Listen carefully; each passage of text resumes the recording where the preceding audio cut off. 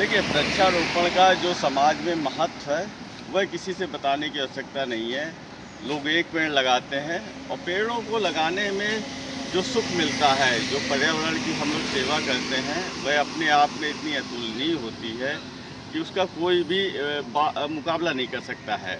और पेड़ों से हमारा जीवन है, पेड़ों से हमारा जीवन पनपता है और पेड़ों के बल पर ही हमारा जो पृथ्वी है बची हुई है। पेड़ हमें ऑक्सीजन देते हैं, पेड़ हमें भोजन देते हैं, पेड़ हमें ज़िंदगी का आधार है।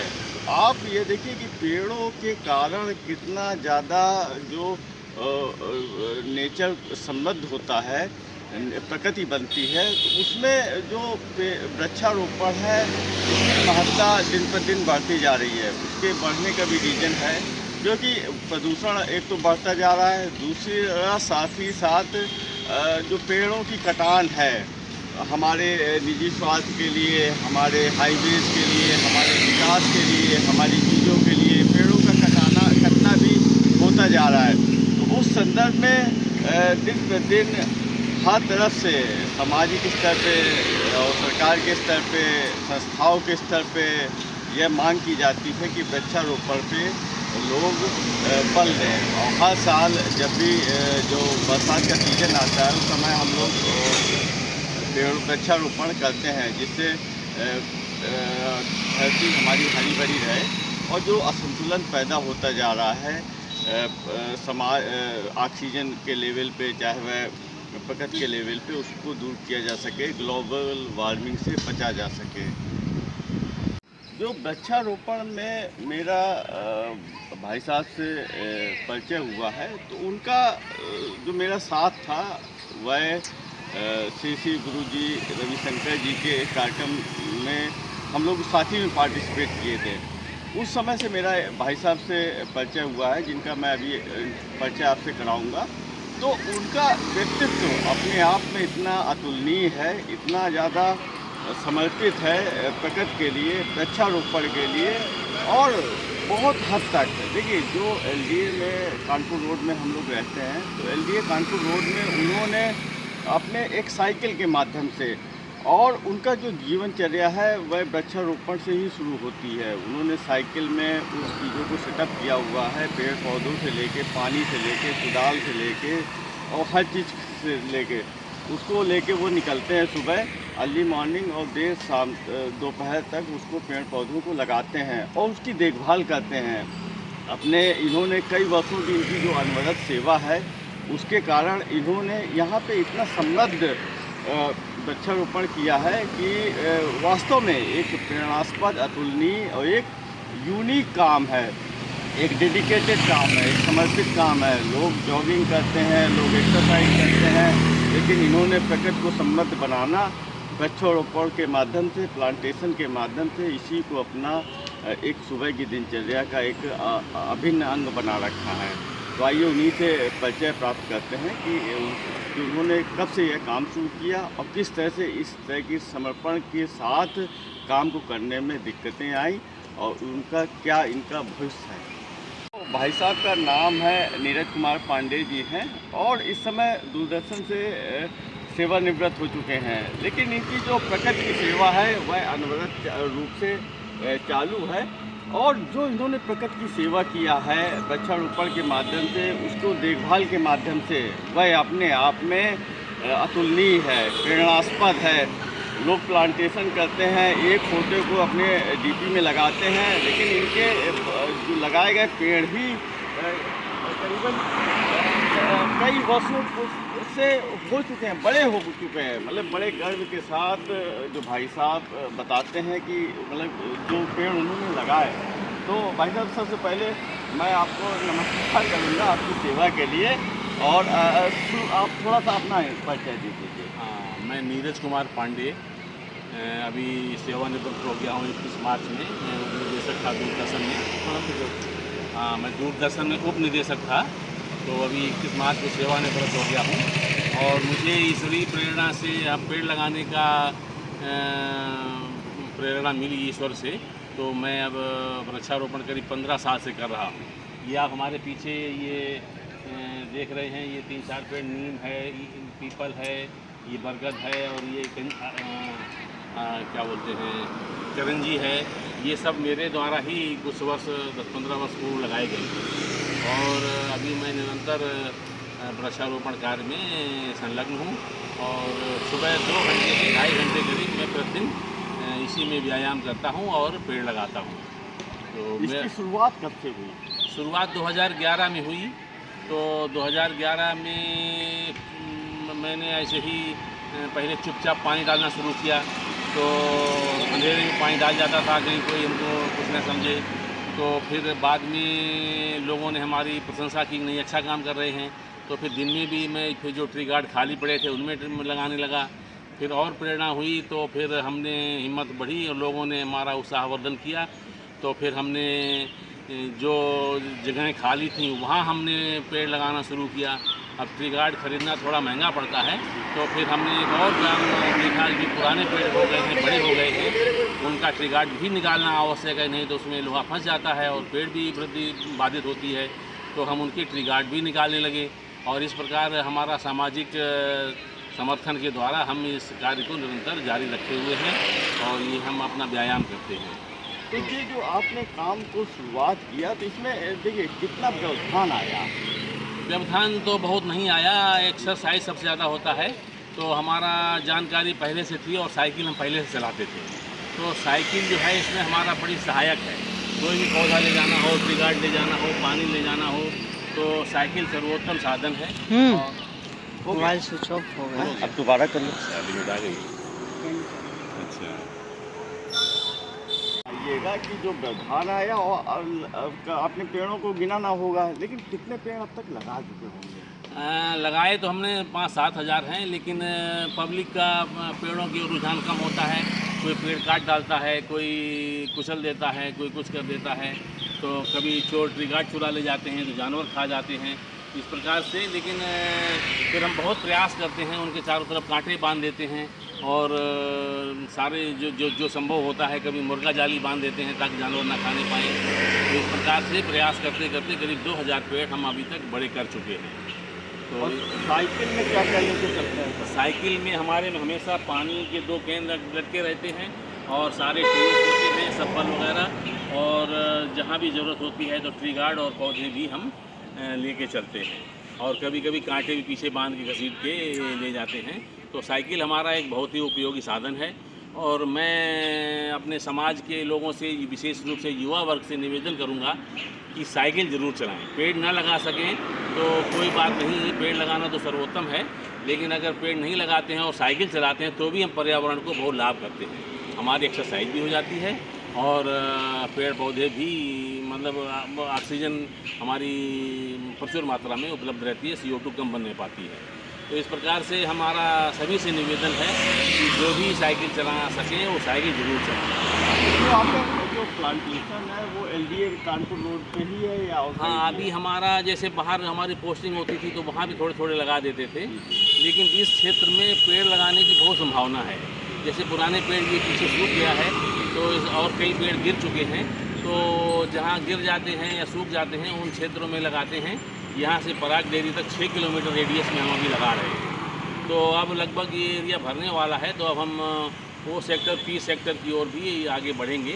यद्यपि कम हो पाएंगे संख्या, पर दिन एक ही लगाएंगे तो भी हम अपना प्रयास जारी रखेंगे। तो जो आपने मेहनत किया, जो आपने इस चीज़ को फॉलो किया, जो एक आपने सूत्रपात किया, इसको कितने लोगों ने फॉलो किया? फॉलो तो बीच बीच में कुछ लोग आ जाते थे सहायता करने, लेकिन रेगुलर कोई नहीं आ पाता है। 2 दिन, 4 दिन, 10 दिन आते हैं। एक लड़का हमको कोरोना काल में मिला था, वो श्याम नाम है, वो बहुत ही मतलब हमारी तरह ही एक्टिव था। उसको भी सनक सवार हो गई थी, तो चूँकि उसका कैरियर था तो उसके माता पिता ने रोक दिया, तो अब वो नहीं आ रहा है। लेकिन वो लड़का, मतलब मैं बहुत प्रशंसा करूँगा कि वो इतना लगनशील था, जितना हम मेहनत करते थे उतना ही वो भी करता था। तो अब लेकिन अभी उसका भी कैरियर है, अब हम तो रिटायर हो गए हैं तो हमें तो कोई कैरियर वाली चिंता नहीं है, और ईश्वर की दया से सरकारी नौकरी है तो हमें सैलरी की भी या पेंशन उसकी चिंता नहीं है। तो इसलिए हमारे पास अधिक समय मिलता है, तो हम उसके लिए हमको परेशानी नहीं है कि हमको कुछ रोज़गार करना है। मोबाइल नहीं चल रहा है। नहीं, वो चल रहा है, वो असल में। और क्या मतलब इसी तरह से काम आप करते रहेंगे या इसमें और क्या आपकी ख्वाहिश है कि जो चीज़ें सुधार होनी चाहिए, लोगों को जुड़ना चाहिए या आप लोगों क्या को हेल्प चाहते हैं हाँ समाज से? लोगों को जुड़ना चाहिए, जी लेकिन आके लोग प्रशंसा तो सभी कर जाते हैं, जी तो लेकिन सक्रिय नहीं योगदान दे पाते हैं। जी तो थोड़ा बहुत पैसा लोग देने के लिए ऑफ़र करते हैं, तो पैसा हम नहीं लेते हैं, क्योंकि हम अपनी सेवा बेचते नहीं हैं। माँ जैसे है बच्चों को अपनी सेवा का मूल्य नहीं लेती है, तो इसी प्रकार से हमारे ये बच्चे हैं और हम इनकी सेवा का मूल्य नहीं लेते हैं। श्रम और जो पौधे में खर्च आता है वो सब हम स्वयं वहन करते हैं और ज़्यादा खर्च भी नहीं आता है, मुख्य श्रम के ये योगदान है। तो ट्री गार्ड भी हम जो पुराने पेड़ हैं उसे निकालते हैं, उसमें भी बहुत श्रम पड़ता है, लेकिन हम वो करते हैं ताकि वो पुराने पेड़ भी अच्छे से बढ़ें और नए पेड़ में भी वो दोबारा उपयोग हो जाए। अरे बहुत देखिए साइकिल का सेटअप सर दिखा दीजिए साइकिल में, और जो पुरानी साइकिल थी वो हटा दिए। पुरानी साइकिल अभी हमारा ट्रांसफ़र हो गया था, तो बच्चों ने किसी को दे दिया, हाँ। उसको 11 साल चलाया हम, हाँ तो ये अब नया ले लिया है। और साइकिल ही एक हमारा मुख्य सहयोगी। लेकिन बहुत बड़ी बात है आपका प्लांटेशन के साथ साथ साइकिल पे जोर देना, और समाज के लिए मतलब लोग बातें करते हैं लेकिन आप काम करके दिखाते हैं। लोग जॉगिंग करते हैं लेकिन आप स्वयं इस समर पे प्लांटेशन पे आप उतरते हैं, तो आपका जितनी भूरी भूरी प्रशंसा की जाए वह कमी होगी। और जिस स्तर पे समाज को प्रेरणा लेनी चाहिए कि मतलब कितना तहे दिल से डेडिकेशन के साथ एक दिन प्लांटेशन सफिशिएंट थोड़ी ना है। जो बदलता ग्लोबल वार्मिंग है उसके संदर्भ में जब हर आदमी इस तरह का कर्मठ हो जाएगा तभी प्रकृति में परिवर्तन आ सकता है। तो समाज को संदेश क्या है?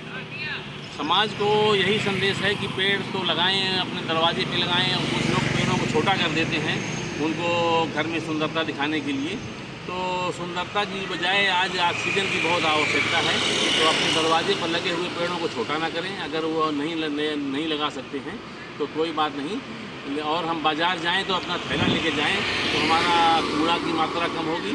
और साइकिल का तो हम बता ही चुके हैं। और खान पान के बारे में भी हमारी संस्कृति काफ़ी बदल रही है। हम लोग अब बाज़ार का खाना अधिक खाने लगे हैं जो स्वास्थ्य के लिए हानिकारक होता है। बाज़ार में जो भी खाना बनाता है वो क्वालिटी वो पैसे के लिए बनाता है, इसलिए गुणवत्ता नहीं होती है, मतलब हमारे घर जैसी नहीं हो सकती है।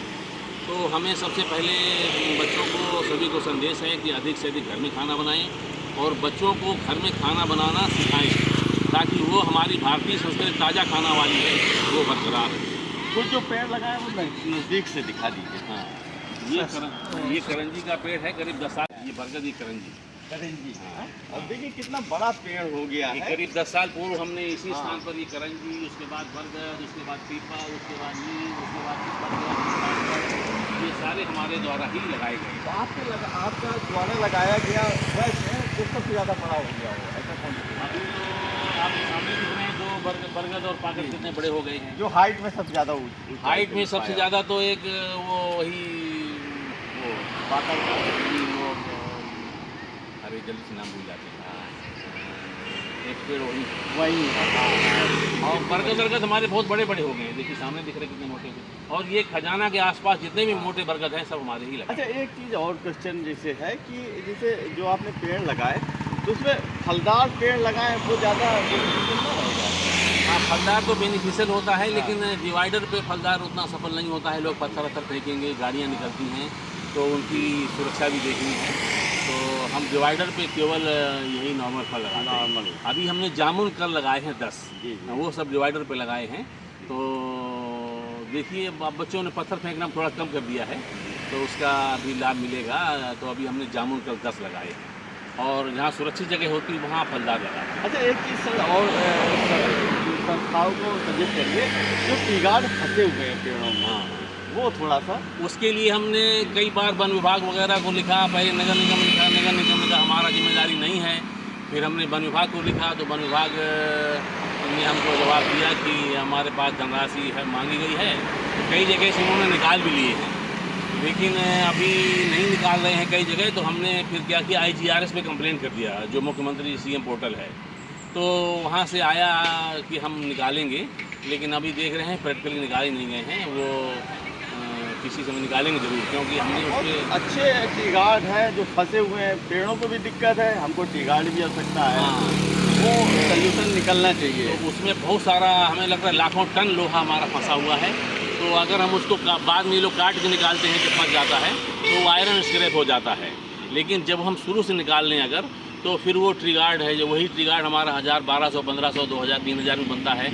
और अभी हम उसको आयरन स्क्रैप कर देंगे तो वो 400, 500, 1000 तक का बचेगा। तो इसीलिए हमको अधिक से अधिक कोशिश करनी चाहिए कि समय से ट्री गार्ड निकाल दिए जाए।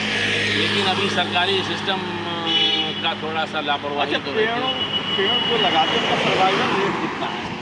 सर्वाइवल रेट हमारा करीब 40%। 40%। हाँ अभी तक, लेकिन अब हमने थोड़ा परिष्कृत तरीके से लगाना शुरू किया है। अब लगता है 50-60 तो हो जाएगा, क्योंकि लोगों का पेड़ों के प्रति सहयोग और लगाव और रुझान नहीं है, इसलिए इसमें थोड़ा ये लोग भी पेड़ तोड़ डालते हैं, कभी कुछ करते हैं। तो पुराने अनुभव के आधार पर हमने जो है पेड़ बहुत सूझबूझ से लगाते हैं ताकि इनको नष्ट न किया जाए। पहले पूछ लेते हैं दरवाजे वाले से, भैया इसे नष्ट तो नहीं करोगे और पानी डालोगे कि नहीं। तो पानी अगर नहीं भी डालता है तो हम पानी स्वयं साइकिल से जाके डालते हैं। तो लगाए गए पेड़ों को मतलब किस लेवल तक आप देखभाल करते हैं, उसके बाद छोड़ देते हैं? 2 साल 3 साल जब तक वो अपने आप अपने कंधे पे मजबूत ना हो जाए, उसको पानी की ज़रूरत ना हो और सहारे की ज़रूरत ना हो, तो हम उसका ट्री गार्ड निकाल लेते हैं और अन्य जगह पर लगा देते हैं। 3 साल बाद हम सबके ट्री गार्ड निकाल देते हैं। तो 3 साल तक आप केयर करते हैं, ये है, ये बहुत बड़ी बात है। देखिए कितना नीक काम है, लोग तीर्थ यात्रा करते हैं और ये आपने वास्तव में जो प्रकृति की सेवा है वही सर्वोत्तम सेवा है। और इसके लिए आपको जितनी मतलब प्रशंसा की जाए वह तो कम है। प्रेरणा लोगों को लेनी चाहिए, लोग एक पेड़ लगाते हैं, अगर पेड़ों को भी लगाएं। ये पोल्यूशन का, प्लास्टिक का, फूड का, बहुत सारी समस्याओं का एकमुश्त समाधान यह है कि हम लोग पेड़ों को लगाएं, चाहे ग्लोबल वार्मिंग हो और चाहे बहुत सारी समस्याओं को। आज के समय की जो आवश्यकता है कि प्लांटेशन इज़ द की, जो हमारी धरती को बचा सकता है। इसी के साथ आपका धन्यवाद।